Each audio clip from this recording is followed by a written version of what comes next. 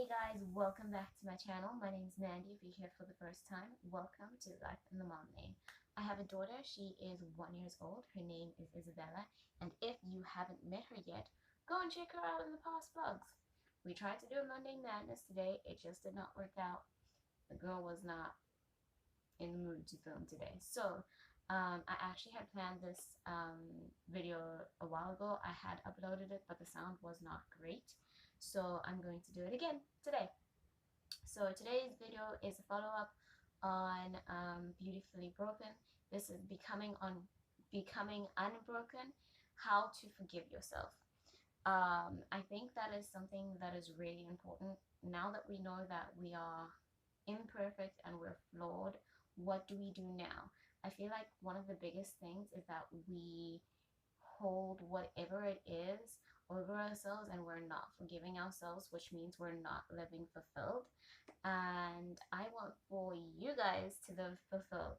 So these things are things that I have been working on almost for a year. It will be a year at the end of this month. Just forgiving myself, I let someone who was not my maker become my mirror. That's like one of my biggest things that I've had to work on forgiving myself for. And like I said, we are our toughest critics. And I was really tough on myself, especially like in the beginning of the healing process. But your girl is getting there. It is an everyday thing. And it's just something, I don't know, it's like something that you have to take one day at a time. So I have a couple things I want to read to you. So if you do see me looking down, it's because I don't want to get them wrong. The first thing that I wanted to read was forgive yourself, not just once, but again and again, as many times as it takes for you to find peace. So if you don't take anything away from this video and you just take that, I'd be happy. And another thing is that healing doesn't mean that the damage never existed. It means that the damage no longer controls you. And I think a lot of unforgiveness and living in that little, you're living in a holding pattern. You're not landing your plane, you're not leaving, you're just on hold. I feel like we're not made to live in a holding pattern. So if airplanes were going to land at JFK and there's not enough room or whatever, they keep them in a holding pattern and they fly around until they say, okay, flight South Africa 101 can come in and land. So we're not made to stay in that holding pattern. We're going to run out of gas or petrol or whatever, fuel. So I'm going to go over seven things how to forgive yourself.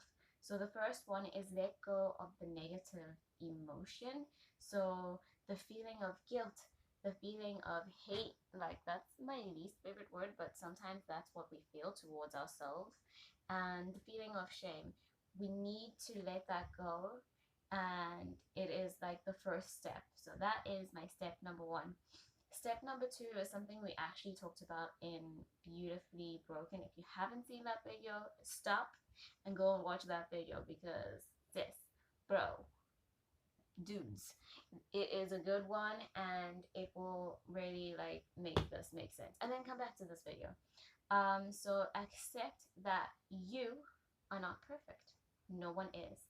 So that has been a really big thing, and it's something that I struggled with a lot because I thought I'd be perfect, but your girl is not.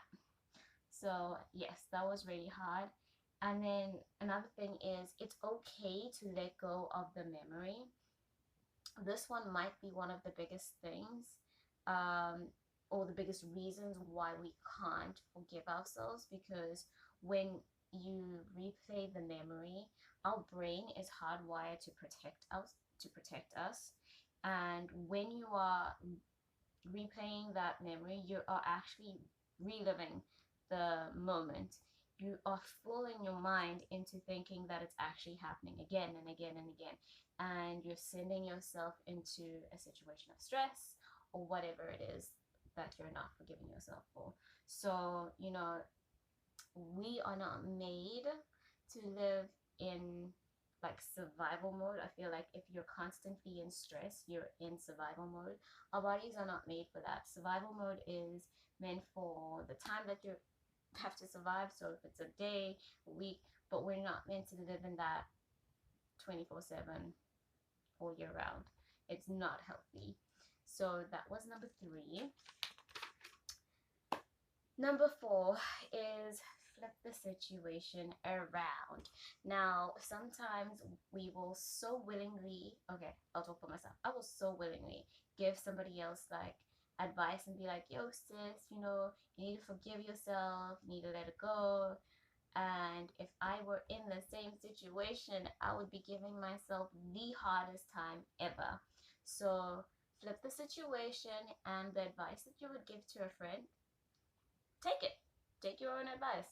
It is, oh, I'm very sorry. That is like one of the best things that I found, because we are very, again, I'm not going to speak for everyone. I am very quick to give advice, and I'd like to think the advice that I give is pretty good. But I'm not quick to take my own advice. Number 5, and this one, I absolutely fought and pushed against this because your girl, is so stubborn. So it is getting a different perspective. And this is something that my mom told me about years ago, that sometimes when you're in a situation and you're emotionally involved, you can't actually see everything that is going on the way that people on the outside can see it.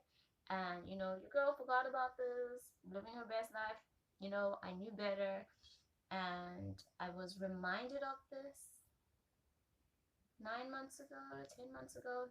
And even then, even though I knew this information, it was like hard for me to actually let go and just let it happen. So once I gained a different perspective, I was like, damn, girl. So that one is very important. And I feel like if you have people that are close to you that are trying to give you advice, hear them out at least. And sometimes you need to hear them out and you need to just think about it. Because if you are stubborn and hard-headed like me, you need to make the decision for yourself, obviously, but having those seeds fall on ground that is ready to hear it, so the ground is ready to take the seed. It might take some time, but get some perspective, okay? Number 6, learn from what happened. So now we are a year down the line, and if the same thing is about to happen, I now have the skills and the ability to actually do the right thing in the situation that I possibly wouldn't have done a year ago. So the difference a year can make is absolutely incredible. Number 7 is work on yourself. Love often, or love, it is so much harder to forgive yourself if you don't love yourself. So I think that's something that is really, really important. But my child is not crying, so I will be back with another video. Peace.